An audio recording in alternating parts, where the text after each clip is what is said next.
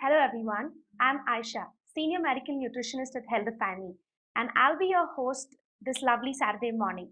Firstly, thank you so much for joining us for the second edition of HealthifyMe Live. I understand waking up early on a Saturday morning is a Herculean task, but it's a great way to see you guys take charge of your health. So let's begin. So our topic for today is breaking weight loss plateau.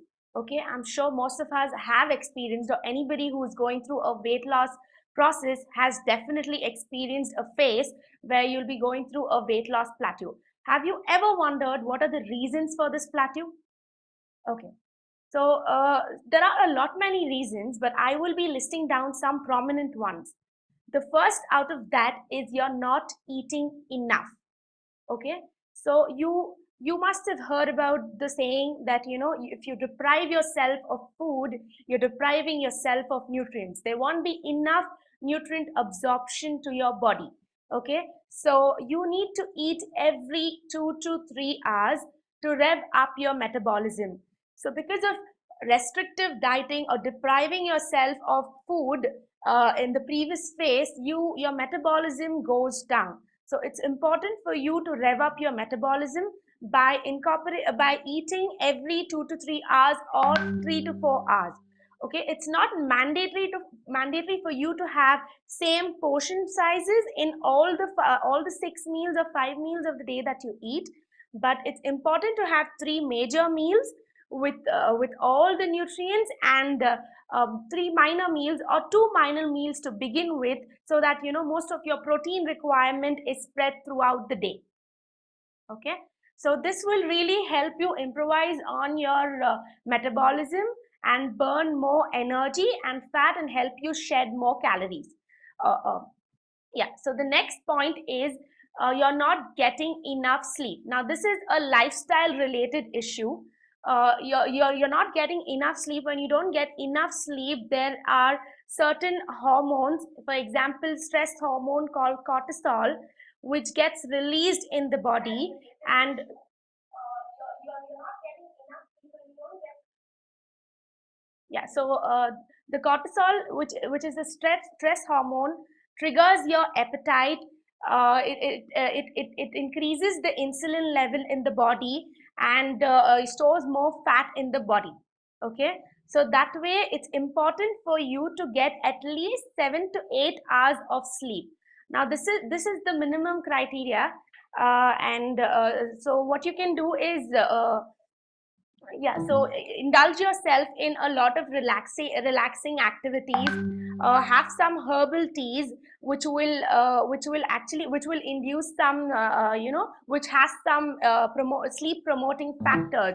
For example, having milk before you go to bed will it has magnesium in it. Okay, and that will help you, that will promote sleep, and will you will have a good amount of sleep for about 7 to 8 hours. Okay, so the next important factor would be you're eating way too less of fat. Okay, now fat, don't be afraid of fat. Fat is not your enemy. In fact, it is important to incorporate good amount of fat. When I say good amount of fat, the fat should mainly come from healthy sources. So fats are classified into healthy and unhealthy, or saturated or unsaturated fat.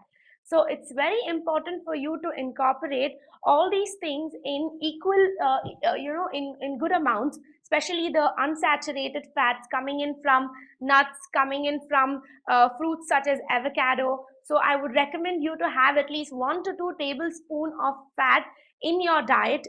Okay, so you can, like I mentioned, you can have half avocado to accommodate this amount of fat, or a handful of almonds, or preferably a handful of nuts, mixture of nuts, or preferably more.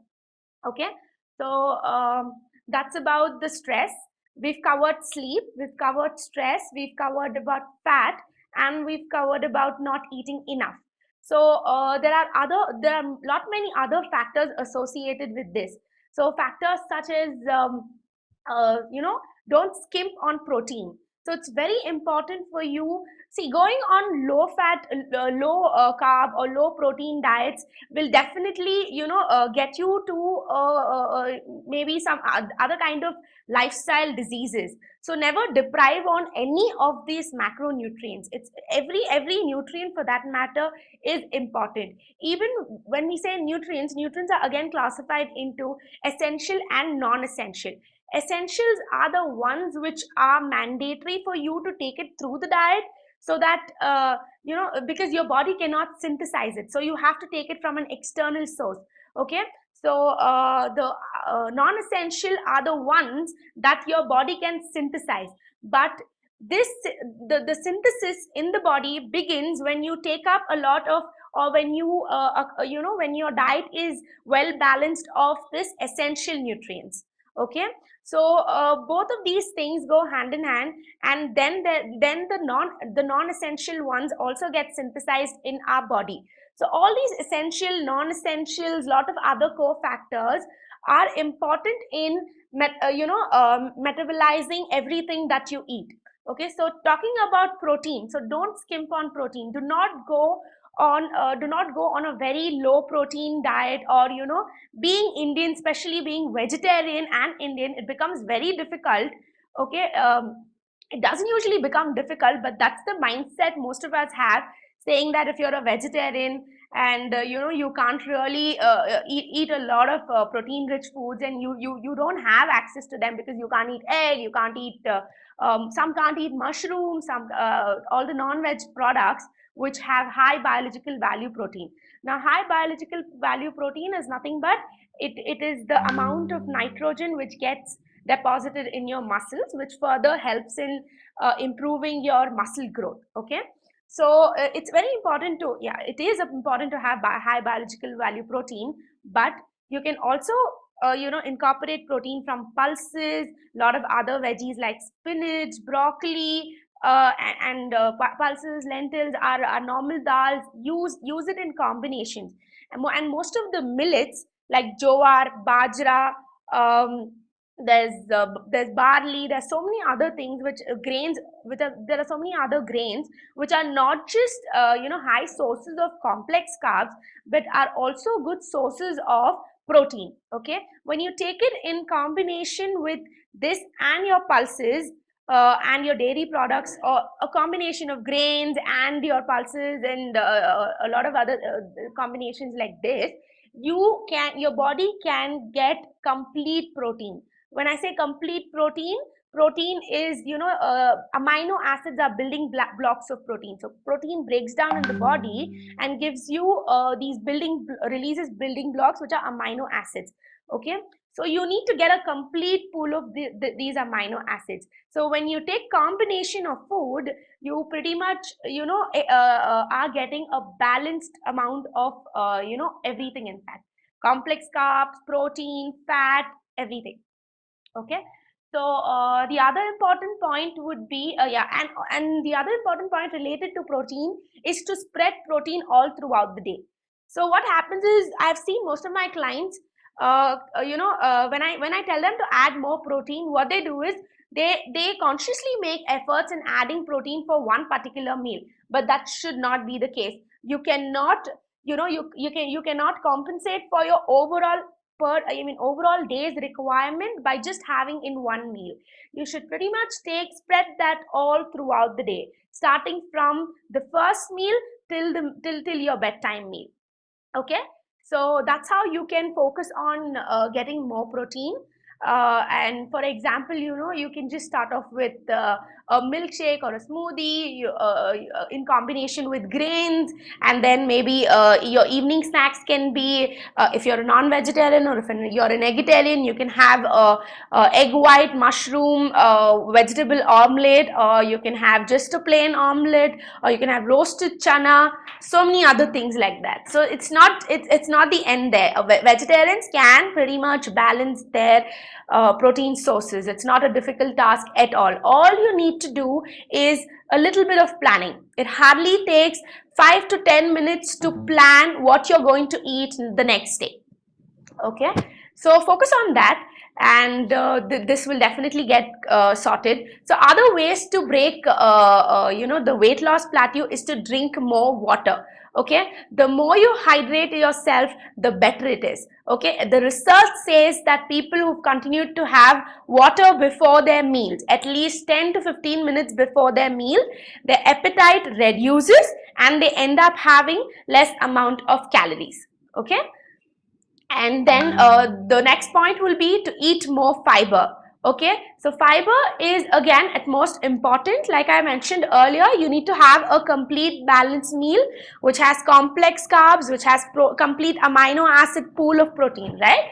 So fiber, all the fruits, vegetables, starchy vegetables, including your grains and other millets, okay, like all the jowar, bajra, all of these things are very good source of complex fiber, okay, or complex carbs.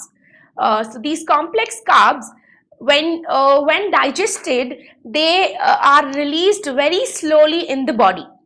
Okay, so that gives you, not just gives you the feeling of fullness, but most of the fibers do not add on to the calories. In fact, fiber does not give calories at all.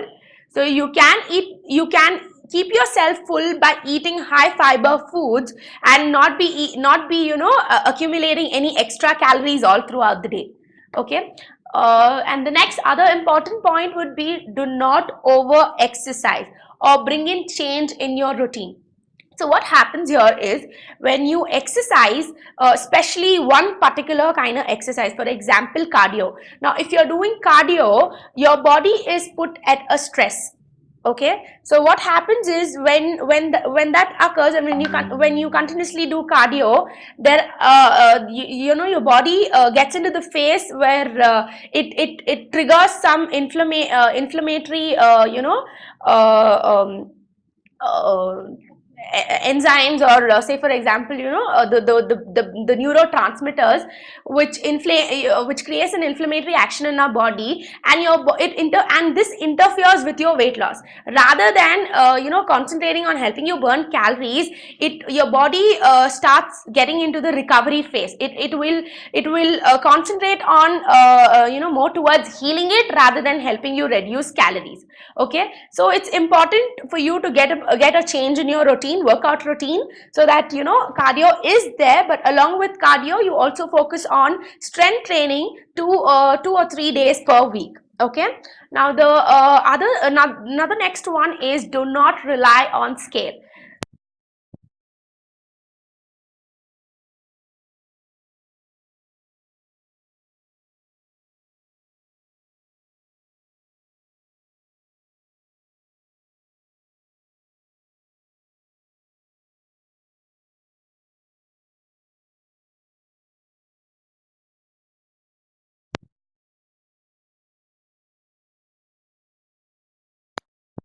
Weight loss. Okay, so try to understand the measurements. Okay, you will see how your dress fits you. Okay, just bring out all your old clothes and try to fit into that, and try to assess it yourself, whether you're able to fit into it, whether you're having any sort of inch loss or things like that. Because what happens in the body is, the fat cells, when broken down, can they give us energy and has a muscle sparing effect.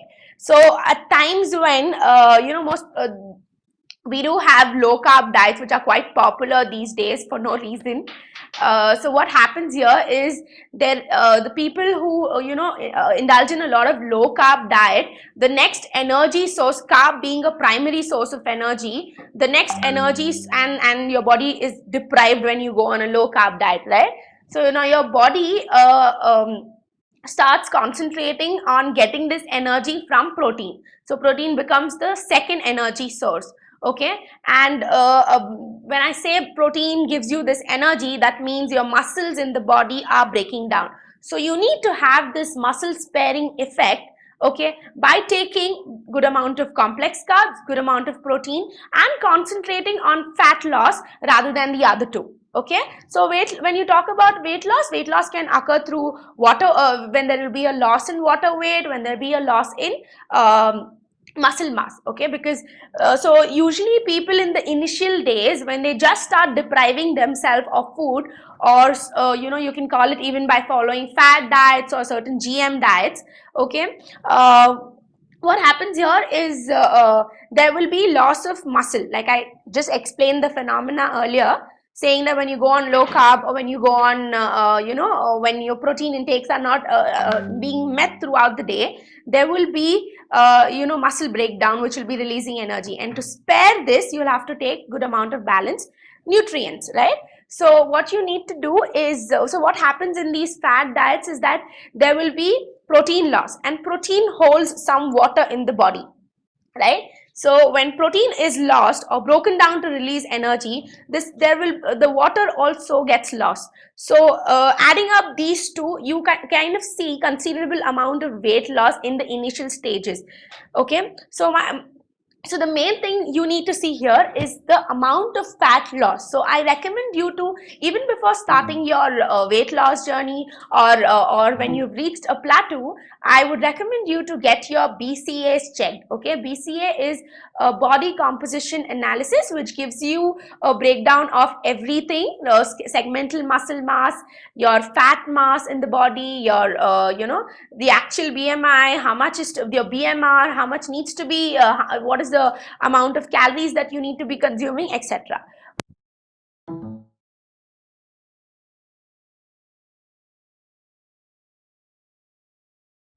And all the other important nutrients that are required for your body. So that makes it easier for a nutritionist also to plan your diet in a better way, so that you break this plateau and lose weight in a healthy way. Okay, so the next most important point is to heal your gut. Okay, so see, eating healthy is just one part of the story. Okay, the other part of the story is to maintain your gut health, so that whatever you eat gets digested, okay, and it absorbs good amount of nutrients in your body.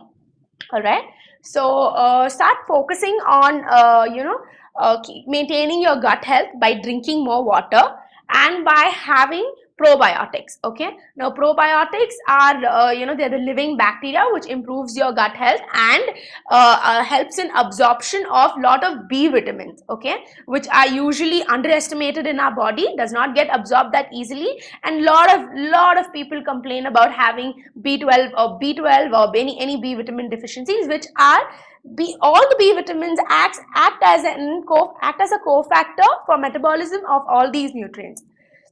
So trust me, B vitamins shouldn't be underestimated at all. So research, review more about the vegetables, fruits containing all the B vitamins, and try to get them in your diet right from today. Okay. Um, and yeah, so maintaining your gut health is really important. You can have probiotic drinks, which is you can you can include curds, which is otherwise termed as yogurt. Okay, don't go for flavored ones, because flavored ones will contain more sugar. Okay, so you can flavor it at home itself. All you can do is add some fruits to it, fresh fruits, and add some nuts. Okay, you can mix these things, make a combination. You're not just getting you're not just healing your gut, but you're getting good amount of omega-3 fatty acid, you're getting good fiber by adding fruits to it, and it acts as a coolant to your body. Okay, which is at most important during this summer. So I recommend you to have curds almost every day, either as a part of your major meal, which is lunch, or you can have it as an evening snack if you don't get anything. Okay, so this is about the gut health, and please feel free to drop in your questions, any comments, any queries that you have. I will be addressing all of them. And yeah, so another most important thing would be start so what happens is, like I told, sleep is very important. Sleep, like, apart from diet, okay, you need to have a good lifestyle habit as well.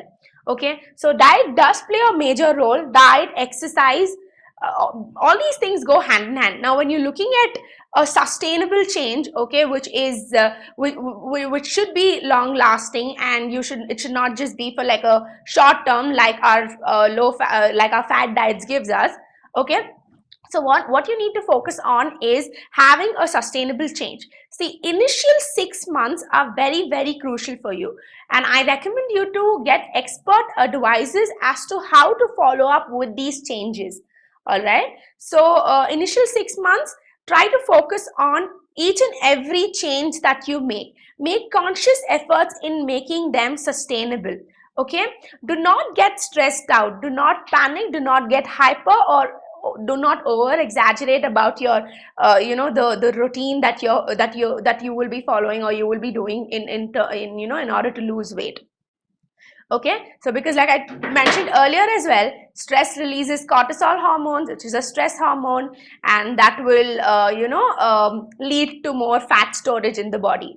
Okay, so it is really, really important you maintain a healthy lifestyle, and everything has another thing which we can focus on bringing a balance. So all these strategies will help you break down a weight loss plateau. Okay, now coming to the next thing, the last thing is about green tea, about various other tea, coffees, and the beverages that we usually drink throughout the day. Okay, green tea is really important, not just green tea for that matter. Do not see, we've been abusing green tea like anything these days. So that all the teas that we drink, or all the other tea, coffee, all these things have good amount of some amount of caffeine, and they have different antioxidants in them. Okay, so it's not just the green tea. So green tea is necessary, you can have it 1 or 2 cups a day, but also focus on having a lot of other herbal drinks, herbal teas. Like you can have tulsi mulethi tea, a mixture of tulsi, mulethi, aloe vera, or ashwagandha tea. There are a lot of other herbal teas which are available. Don't just stick to one variety, bring about more variety so that you expose yourself to more antioxidant. Not just that, they have certain brain calming effects in them. Okay, now that will really help nerves and get good sleep. Okay, so this is about both lifestyle, diet, and exercise. Now if you have any questions or any sort of queries, please drop in. I will be here to answer. So we have our first question here. It's from Jyoti. Yeah, it's from Jyoti. Could you suggest a vegetarian diet which is low in carbs and high in protein? So like I mentioned earlier, Jyoti, so it is not recommended for you to have any low carbs or high protein, anything. It should all be in balanced amount. Okay, so never focus on one particular nutrient. Okay, that was never really the state. Okay, this is all just been bought in because so that you can focus on one particular thing, focus on one particular aim that you have, either muscle growth or something like that. But here it's about weight loss. It's about more than weight loss. It's about maintaining good health. Optimal health is at most important, because if you do not maintain this and go on something which deprives you of one or the other nutrient, you will end up having a lifestyle disease. Okay, like if you go on low carbs or low protein diet, low protein diets might affect your thyroid hormone. Okay, it suppresses the thyroid activity. So it's important to have a balanced amount of each and everything. Okay, so based on your BMR, based on your height and weight, we would be able to suggest you how much amount of what needs to be taken, how many calories needs to be consumed in order to whatever your goal is. Okay, and the next question here is by Shushma. How can I increase my metabolism? Okay, so there are a lot of other, like I said, there are a lot of other cofactors which interfere, or which initiate improves metabolism. First thing is by bringing about a lifestyle change. Like I mentioned earlier, you have to eat every 2 to 3 hours so that you rev up your metabolism by including certain foods in your diet. Okay, like you can include some herbs and spices, which again boost your metabolism. Herbal teas, green teas will improve your metabolism. Okay, you have to take good amount of protein. Okay, now protein, again, high quality protein, high biological value protein can be consumed, because protein based on certain foods, protein-rich food, it has a thermogenic effect. Now, thermogenic effect is it releases, thermo means heat, so it releases heat in our body, which automatically increases our metabolism. Okay, so by taking good amount of all these things, we can have all the other unnecessary sparing effect and maintain our metabolism all throughout, yet lose weight, and yeah, that's going to be the best way to do so. The next question is from Rajiv Bhagat. Rajiv's question is it necessary to have supplement? What's pre-workout and post-workout diet? Okay, so Rajiv, firstly, I need to understand about the amount of all the other nutrients your body requires. Okay, there's a difference between optimized nutrition and optimum nutrition and performance nutrition. Okay, so based on your activity, I can suggest you how much of how much of these nutrients are actually required for your optimum nutrition, and to add on to that, how much of it is additionally required to improve your performance in terms of endurance and other forms of exercise. Now, based on that and based on your current routine that you're following, I would be better able to suggest you whether there is a necessity for including a supplement or not. Okay, I'm not saying supplements are bad, but I need to assess how much of all these nutrients are needed for you, whether it's being met or not met. So based on that, I can suggest you protein supplements are needed to be consumed or not. So the next part of the question is, what is the best pre-workout and post-workout diet? Okay, now coming to pre-workout is necessary. Okay, so all the traditional ways of just going and working out on an empty stomach is outdated right now. All you need to focus on is to eat something before workout, hydrate throughout your workout, and to eat post your workout. Okay, pre-workout should be majorly focused on carbs. Okay, carbs you can focus on simple if you're a marathon runner, if you're into intensive exercise and cardio and running, you can pretty much focus on any carb food. For example, you can have a banana, any milkshake. Okay, now you should focus, do not take any fiber rich food, highly fiber rich food before your workout, because fiber tends to release release glucose at a slower pace. Okay, so because you need more energy throughout your workout, so you should be focusing on eating 20 minutes before your workout and something which has simple carbs coming from fruits. Okay, fruits have fructose, which you can have maybe a fruit, and banana is more preferable because banana is also rich in potassium, and it kind of gives you good muscle contraction and relaxation there. So that's really needed because there'll be a potassium sodium pump which needs to be regulated during your workout, because you will be recruiting most of your muscle during it. Okay, and post workout would be anything that is rich in protein. Okay, because when you exercise, like I mentioned, you would have recruited a lot of muscles, be it endurance, be it any sort of exercise. So now your muscles are undergoing a recovery phase, and to get this recovery phase better, you can have good amount of a protein rich meal. Okay, it can be cottage cheese. Cottage cheese is nothing but paneer. You can make paneer at home. Okay, so there's an advantage of making paneer at home. So you're not just having that. See, basically, milk has two sort of proteins, casein and whey, right? So when you're making protein at home, you can separate out the casein, which is the white portion of the milk, and the colorless portion, whey, can be used as your post workout. Any which ways, you can either use this or you can use whey. You don't really have to rely on to the supplemental form of whey. You can pretty much make it at home itself. Okay, so moving on to the next question. It's from Neerav Bishnoi. How much protein should I take in a day? Now, that again depends on your activity performance, but you can have 0.8 to 1 gram per day per kg, 1 gram per kg body weight. Okay, so say for example, if you weigh about 75 kilos, you can have about 75 grams of protein a day, and ensure that you don't take it all at once. Like I mentioned earlier, again, you should spread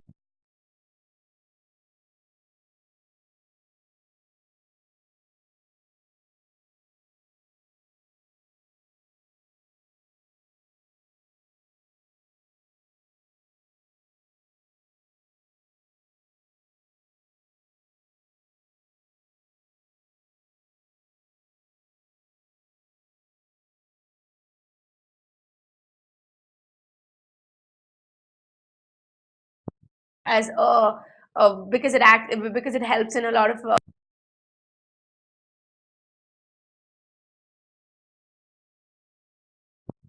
food sources. But if you think you are not able to achieve that from your food, like most of the vegetarians are deprived of B12, right? So if you cannot get it from any of the not, because B12, most of the sources, major vegetarian sources. So in that case, if you're living in a region where you're deprived of sunlight, where you cannot move, or there are some inflexibilities, people like that can pretty much go ahead with multivitamin tablets. Yeah. And the next question is from Sapna Bijwani. So Sapna's question is, will having PCOD affect my calorie intake and exercise regime? Okay, so PCOD is nothing but polycystic ovarian disease, which is associated with a lot of symptoms. Okay, it's mainly because of the increased testosterone levels in the body, and a lot of other factors added to that, because that itself is a whole lot of a big topic. So PCOD, yes, of course, it does affect your calorie intake, because if you do not, despite of having PCOD, if you do not take control over your diet and exercise, now this can impact your calorie intake, because your metabolism slows down. It is going to have an impact on your insulin levels. Okay, so some people with PCOD have hyperinsulinemia, which is high levels of insulin in your body. Okay, now insulin, really, when there is high levels of insulin in the body, there is a lot of excess sugar which is taken to the cells, and that sugar further gets converted as fat. Okay, so having PCOD, so it does affect, but you can still maintain it by following a proper diet and exercise regime. Okay, so next question is from Madhurima. Madhurima wants to know about the products which are not good for her stomach. Every time it causes acidity, and what can she also says that, yeah. Yeah. So what can she have as an alternative of milk? Okay, alternating dairy products are not it. So if milk is causing you acidity, yes, it does cause in some people. Okay, because the protein in the milk can interfere, or with some people having lactose intolerance. Okay, this can interfere with their with the absorption and cause gastric or bloating. So what I would suggest you for acidity, the best thing is to have meals every 2 to 3 hours. Have small meals but frequent meals. That's one thing. Hydrate your body as much as you can. Okay, and after you've eaten your food, do not, I mean, immediately after that, do not get into a rigorous routine, or just don't keep sitting in one position.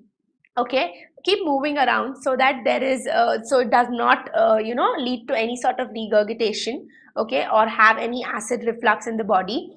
Drink good amount of water, and have some, see, there are a lot of other herbs, and there are a lot, like like for example, ginger. Like ginger is really beneficial. There's jeera. Okay, so all these have certain cooling factors, or these are alkalizing food, which will neutralize the amount of acid that is produced, and it will in turn give you a soothing effect. So you can also have chamomile tea, you can have jeera water, you can have probiotic, what I mentioned, you can have buttermilk with added jeera to it. Yeah, those are the kind of foods that you can go for alternating to milk. So our next question is from Komal Chawla. How much fiber needs to be consumed and how does it help in weight loss? Yes, fiber certainly helps in weight loss. Like I said, fiber does not come along with calories. It does not have calories. Divided into soluble fiber and insoluble fiber. So fiber can be obtained from a lot of foods which are high in complex carbs, right? Now, fiber is something which slows down the process of digestion. Okay. Now, when the process of digestion is slowed down, you do not feel hungry quickly. Okay, and it's there in your stomach for a longer duration of time. So that way your appetite is controlled, you end up eating less.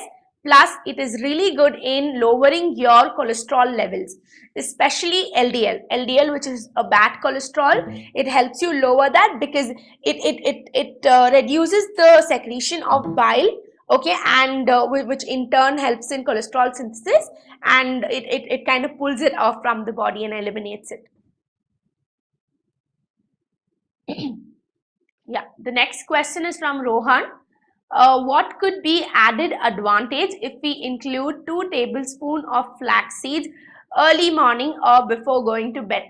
Okay, so it's all about, like I said, it's all about maintaining each and every nutrient, be it macronutrient or micronutrient. Now, flax seeds are a good source of fiber, good source of omega-3 fatty acid. Okay, so what you need, you can have it in the morning, you can have it with in the afternoon or as a snack or anything. It's all about incorporating them. You can have 1 teaspoon in the morning or 1 in the evening, or you can split it to start off with. Okay, to start off with, I would suggest 1 teaspoon, split it into half, have it once in the morning, once in the evening. Okay, so and do not forget to ground flax seeds in order to reap more benefits out of it. Okay, because it takes a lot of time for your body to break it down, and because it contains fiber, it takes a lot of time to break it down, and you cannot the absorption kind of gets reduced. So when you ground it and freshly ground it and take it, you're increasing the surface area for absorption. Okay, and so there will be better absorption of omega-3 fatty acid, as well as there is a, it's like I said, it's a good source of fiber too. So you can have it, but to begin with, if you're just starting off with it, then I would suggest you to have 1 teaspoon, split into 2 throughout the day. Okay, and so flax seeds also have inhibiting factors, which is not beneficial for somebody with thyroid. So I recommend people with thyroid not to have flaxseed. Yeah. So next question is, how does alcohol have an effect on weight loss? Yes. Alcohol, again, alcohol has a hypoglycemic effect when consumed, and it not just gives empty calories when you take it, but it also has hypoglycemic effect. Now, hypoglycemic effect is there will be a quick drop in your blood sugar levels, and when there's a quick drop in your blood sugar levels, your body starts craving for more food, and followed by alcohol. People usually tend to take a lot of all the fried foods, all the other junk which are which are associated with that. So alcohol, talking about alcohol, it not just gives you empty calories, which absolutely empty. When I say empty calories means something that does not have any nutrients. It's just giving you purely calories, similar to something that comes in from your colas and the other processed beverages. Okay. So next question is, so definitely interferes with your weight loss. Next question is Anu Sant. How to overcome weight loss plateau if I have hypothyroidism? Okay, so thyroid hormone gets affected due to many factors. Could be genetic, could be lifestyle related, could be by having low protein diets, could be by having low fat diets, and also low sodium in your diet. Okay, so I would see again with thyroid, talk to your doctor. They would advise you some medications based on the levels that you have. Okay, so with that medication, the next step for you would be to focus on your diet, okay, and exercise. So when you focus on your diet, ensuring that you take good amount of sodium related foods, iodine rich foods, sorry, seafood, etc., seafood, and the improve protein in your diet. And by also adding on good amount of exercise, you will be able to lose weight even with thyroid. It's not a big deal at all. Next question is from Vishnu. Vishnu wants to know, how does tracking help? So tracking, yes, tracking definitely helps. It gives you a sense of accountability as to whatever you're eating. And it's not just important to know calories, but it's important to know about the breakdown of each and every nutrient that you take. Okay, so especially macronutrients, at least have a count of the macronutrients, how much of protein, how much of fiber, how much of fat, and how much of carb is being consumed. So tracking gives you a concrete information about how much of these macronutrients have been consumed, and it induces a sense of accountability in you, so that you become more conscious about what, not way too conscious, but yes, conscious about knowing what you eat throughout the day, and it also helps you balance your meal throughout the day. Okay, so say if you've had a cheat meal, you know how to balance it. This is your calorie consumption for that particular day. This much of protein is what you require. Say for example, you need about 80 grams, say 60 to 80 grams of protein, and in one meal, cheat meal, you have you have exceeded your budget for protein, so you know how to balance it for dinner. Okay, for that matter, carbs, so you know how to balance your carbs for dinner. Okay, so any more questions? Okay, seems like that was the last question.